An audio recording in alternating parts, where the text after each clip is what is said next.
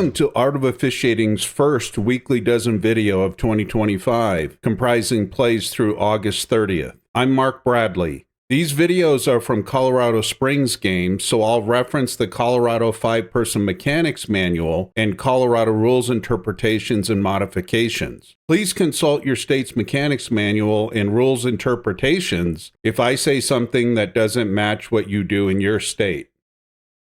Let's start with a few "This is what right looks like" videos. With 1 minute and 8 seconds remaining in the fourth quarter, it's 4th down and 1 yard to go from the B33. The home team is ahead 28-14, and they are in a tight formation with all 11 players within a few yards of the football.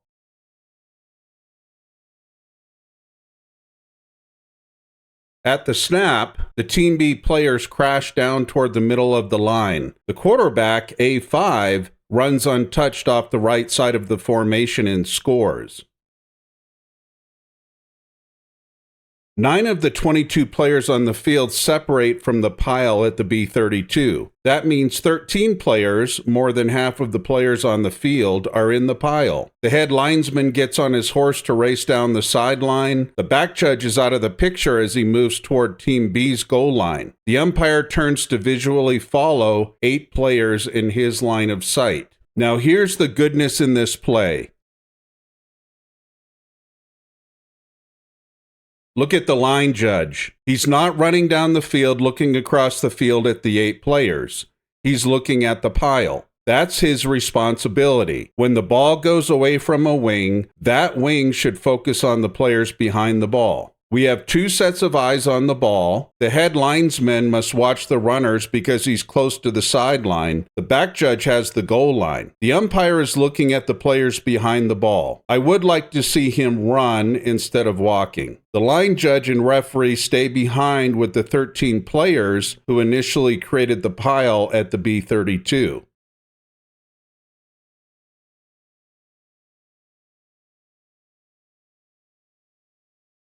Now I realize if the runner reverses field and heads toward the press box side of the field, that sideline and pylon will be uncovered. The line judge should take a quick glance at the runner to ensure he's still headed down the right sideline. If he sees the runner reverse field, which is unlikely, he'll have to abandon his post and leave the big pile to the referee. Now let's watch the head linesman. Notice the head linesman punches in at the B10. That's the Colorado mechanic, which indicates the runner did not step out of bounds on his way to the goal line. The back judge takes a quick glance at the head linesman before going up with the touchdown signal. The line judge remains locked in on the pile well behind the ball. That's eye discipline. Here's another example of correct eye discipline by both wings. I watch a lot of huddle video, and unfortunately during passing plays, I see a lot of wings look into the backfield at the quarterback and only shift their focus downfield when the quarterback releases the ball. 5 of the 6 eligible receivers are near the line of scrimmage. 3 receivers are on the line judge's side, so the strength of the formation is to his side. Therefore, the back judge has the 2 outside receivers on the line judge's side, and the line judge has the inside receiver on his side. The head linesman has the 2 receivers on his side. At the snap, the wings will look at the tackle on their side to read pass or run. The tackles retreat to pass block. This means the wings must immediately shift their focus to their passing play keys. Notice the keys are 2 yards down the field. There is no margin for the wings to stare into the backfield for an extended period of time. If they do, they'll miss action downfield. The referee and umpire will look at the lineman during a passing play. Notice the umpire quickly moves to the line of scrimmage. It's rare that he has so much room to move. That's because all 5 receivers have run a go route.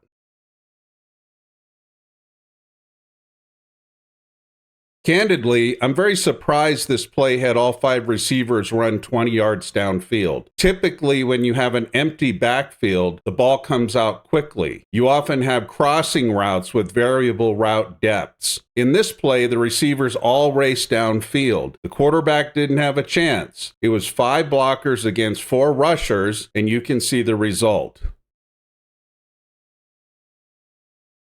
Here's the goodness. Notice the eyes of both wings. They are looking downfield at their passing play initial responsibilities or keys. They've both moved about 5 yards downfield to physically stay connected to their keys. Now watch the line judge. He pauses to watch the players separate before moving back toward the forward progress spot. There is no reason for the wings to race back to the forward progress spot. The referee will mark forward progress after a sack. I'm sorry about the vertical smudge on the right side of the video, but I still wanted to use it as it has a few good teaching points. It doesn't immediately stand out, but this is actually a balanced formation. The tight end is on the line judge's side, and the back is outside the left tackle, so he counts in determining the formation strength. In this formation, the head linesman has the 2 receivers on his side, and the back judge has the back on the wing judge's side. The line judge has the tight end. This becomes tricky when A4 goes in motion. The formation strength changes when A4 moves beyond the right tackle. In my opinion, even if the ball was snapped when A4 was behind the right guard, we still need to change passing play initial responsibilities. The back judge now has to shift his focus from the line judge's side of the field to the 2 outside receivers on the head linesman's side. This is why we want back judges to start in the middle of the field and not on one of the hashes. If the back judge had started on the line judge's hash and then he had to look across to the head linesman's hash, he's physically out of position. The head linesman picks up A4, the back in motion, and the line judge keeps the tight end on his side. The quarterback runs to the far sideline.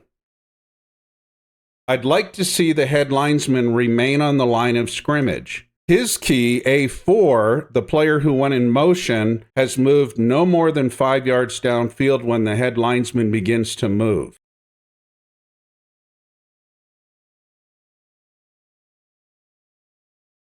Just stay on the line of scrimmage. There is no reason to move downfield. By moving, the head linesman puts himself in the path of the scrambling quarterback. The head linesman now has a tough job. He needs to watch his passing play keys, but he also needs to glance quickly at the quarterback to make sure he doesn't get run over. Keep in mind, the quarterback is not yet the linesman's responsibility. The referee has the quarterback until he passes the line of scrimmage, but the linesman may soon pick up the quarterback if he crosses the line of scrimmage. So he needs to scan, take a quick glance at the quarterback, and make sure he primarily looks at his key, A4. Notice the umpire has advanced to the line of scrimmage. By rule, both of the quarterback's feet must be in or behind the neutral zone before he releases the ball. That's Rule 751. The quarterback does release the ball before he crosses the neutral zone, and A13 catches the ball for a first down. Here's another tough assignment for the head linesman. Team K is in a scrimmage kick formation. During a scrimmage kick, the wings must watch their gunners all the way until the end of the kick. The line judge will release at the snap. The linesman must wait until the ball crosses the line of scrimmage before he can move, so he's at about a 2-second disadvantage with his movement.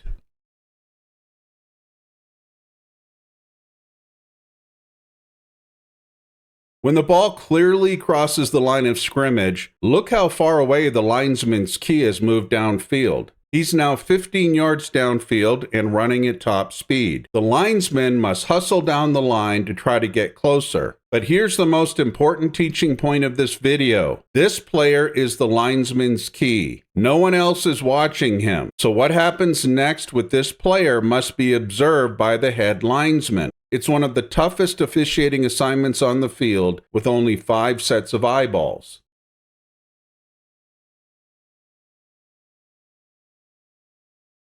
Is this a no call, a hold, or a personal foul. The action is away from the ball, so some may decide it's just a talking to. It's a takedown in the open by R22, so I think it must be flagged as a foul. If we ignore this lift and slam, we take a credibility hit. In my judgment, because R22 lifted and slammed his opponent, R22 should be flagged for a personal foul. As a minimum, I think he needs to be flagged for holding.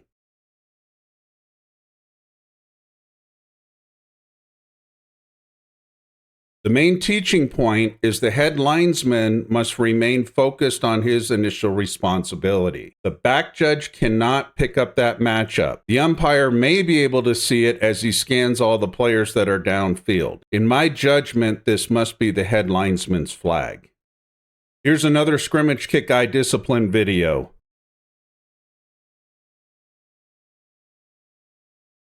The line judge begins to move downfield at the snap, but notice where he is looking. Wings should not look into the backfield on passing plays and scrimmage kick plays. You're not the referee, so you don't get to look into the backfield. So R32 gets away with a takedown at the R47. I think when the line judge initially looks at the kicker, when he does shift his focus, he can't see the beginning, middle, and end of this action. He only sees the players on the ground.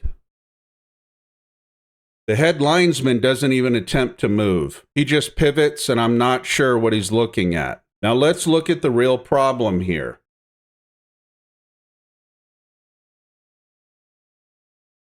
The umpire should quickly shift his gaze to the players who have passed him. The big uns, the larger players who rush the kicker, typically won't present a problem during the initial few seconds after the kick crosses the line of scrimmage. It's the faster players who have raced downfield that will foul. The referee will watch the players who are in front of him, so the umpire needs to pivot more quickly and shift his focus to the players who have run past him. During scrimmage kicks, we need to look for colors that move against the flow. Someone needs to be looking at R11.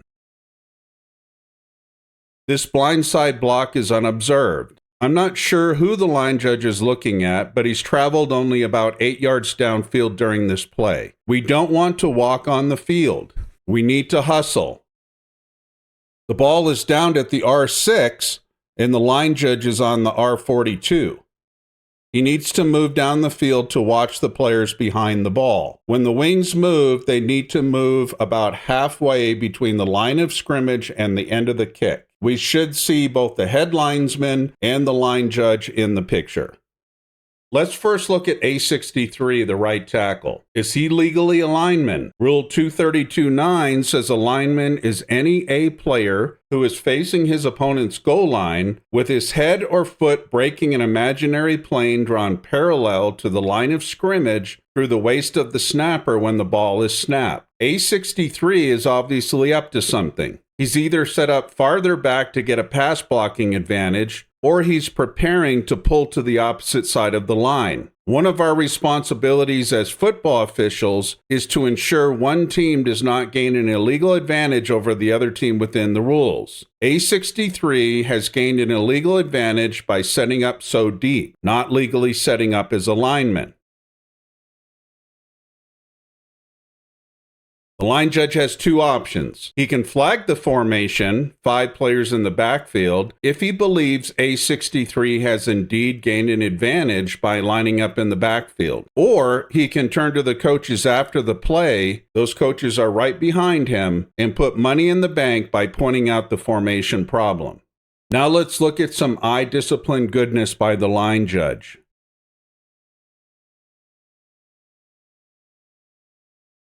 Instead of ball watching, the line judge looks at players behind the ball. He watches A55's personal foul on B54 and tosses his flag.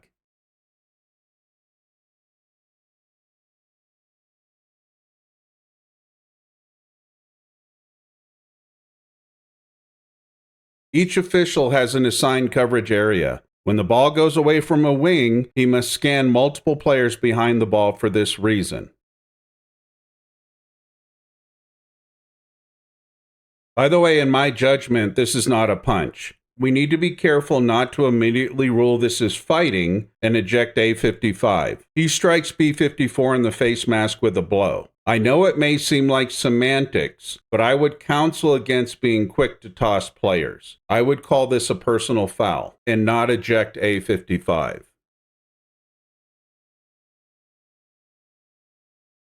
This play is a middle screen. To properly judge a play's legality, we must know rules book components. Rule 7512 says ineligible A players may not advance beyond the expanded neutral zone on a legal forward pass play before a legal forward pass that crosses the neutral zone is in flight. Rule 228.2 defines the expanded neutral zone as 2 yards behind the defensive line of scrimmage. Most of us think of the expanded neutral zone as 2 yards beyond the offense's line of scrimmage. We must take a visual snapshot of the location of the ineligible players when the pass is released, not when the ball arrives at the receiver. The ball was snapped at the A19, and the linemen are at the A21 when the ball is released, so they are not illegally downfield. Linemen can legally be in the expanded neutral zone when the ball is released, and then advance multiple yards beyond the expanded neutral zone before it's caught. So umpires need to be aware of that possibility and not turn and look at the linemen after the ball is caught and improperly rule that those linemen are ineligibles downfield. The umpire moves to the line of scrimmage on a passing play and has 3 major responsibilities. Are linemen illegally downfield on a pass that crosses the neutral zone? Was the ball caught behind the neutral zone? And are both feet of the quarterback in or behind the neutral zone when he releases the ball? The second component of the rule to consider is the location of the ball when it's caught.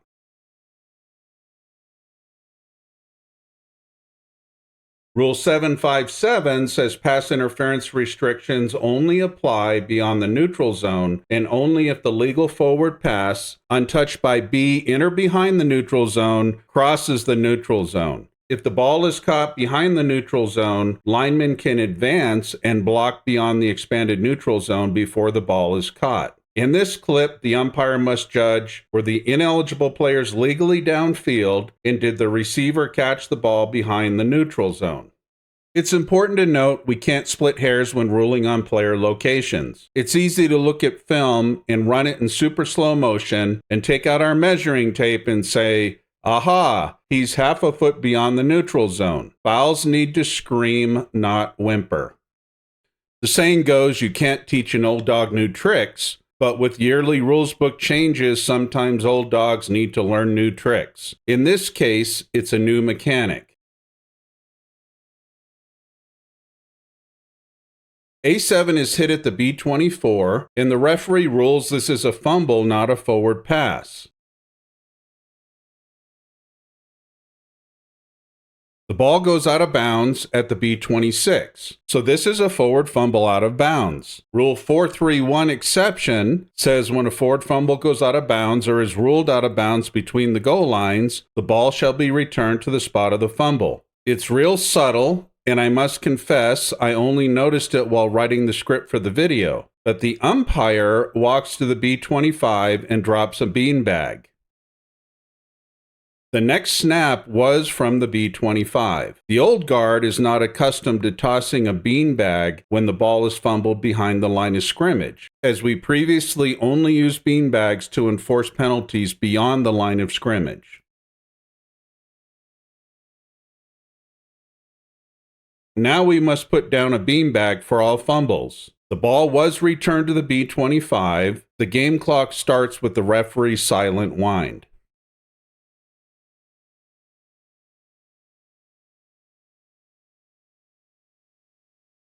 The runner is hit and fumbles at the A20. The head linesman tosses a beanbag.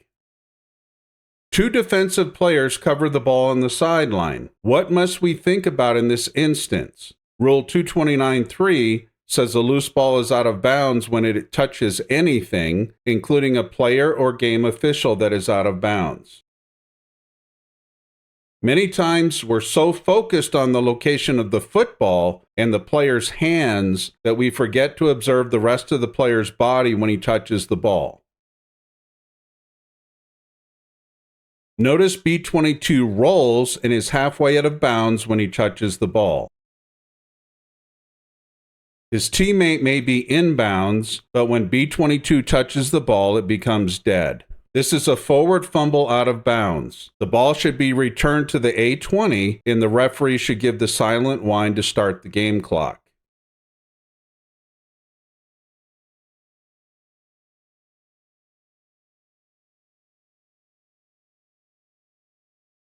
Have you heard the saying, no cheap turnovers, no cheap touchdowns? Unfortunately, in this video, we have both.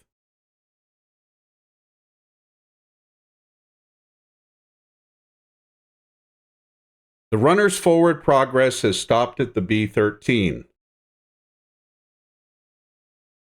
Notice the line judge and linesmen have squared off and are walking onto the field. Kill it here. Don't let this be a cheap turnover. It's fine to whistle this dead multiple seconds after the defense grabs the ball. In my opinion, it's okay to get together as a crew and determine the play should have ended at the B13.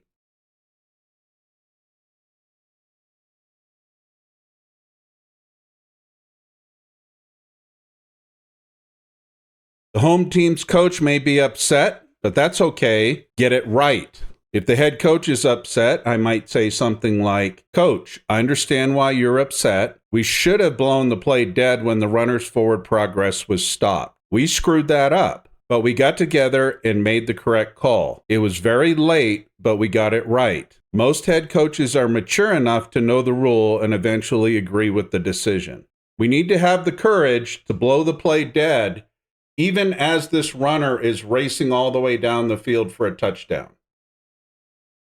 Rule 2.3 defines legal blocking techniques, and Rule 9.2 addresses the illegal use of hands in holding. Take a look at A71.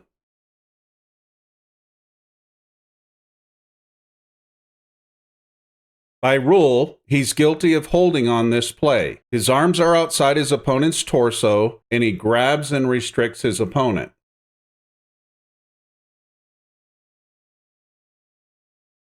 I'm sure you've heard the saying, there is holding on every play, and that is not far from the truth. It's almost impossible for a blocker to keep his hands and arms inside his and his opponent's torso.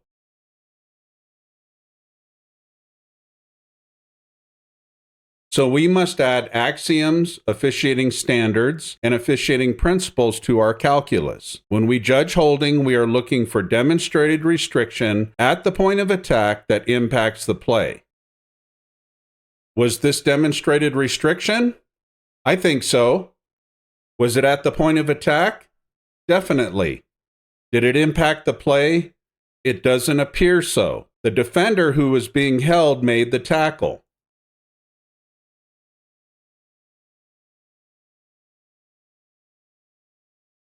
In addition to the rules book, we rely on officiating standards to help us determine if we should toss a flag. If a player is illegally blocked or held into making a tackle, no foul should be called. In my judgment, this is the case in this play. It would be correct for the line judge to hold his flag. If a coach yells for a holding foul, I might answer, Coach, it wasn't a very good hold. His defender made the tackle. Our final play of the week is another Take Us by Surprise video. There are currently 11 Team A players on the field. In 18 years of officiating, I honestly can't recall seeing a 12th player run onto the field like this. I'm sure some of you might be thinking, I've had this 3 times in the past 2 weeks. In this case, the referee was surprised and ended up killing the play and penalizing Team A 5 yards for an illegal substitution. You can't hear the whistle killing the play, as I usually strip off the audio so you can clearly hear my narration. It's okay that the referee stopped the play. It's not correct, but I'm sure no one knew he should have let the play go, and nobody cared that he stopped the play. Rule 376 says, during a down, A replaced player or substitute who enters the field but does not participate constitutes a legal substitution. The penalty is 5 yards, non-player foul, which means the penalty is enforced from the succeeding spot, not the previous spot. That's your weekly dozen for games through August 30th of 2025. Thanks for watching. I invite you to visit artofofficiating.com to view more high school football officiating content. If you encounter any interesting plays during your season, I'd love to see them. You can send them to me at contact@artofofficiating.com.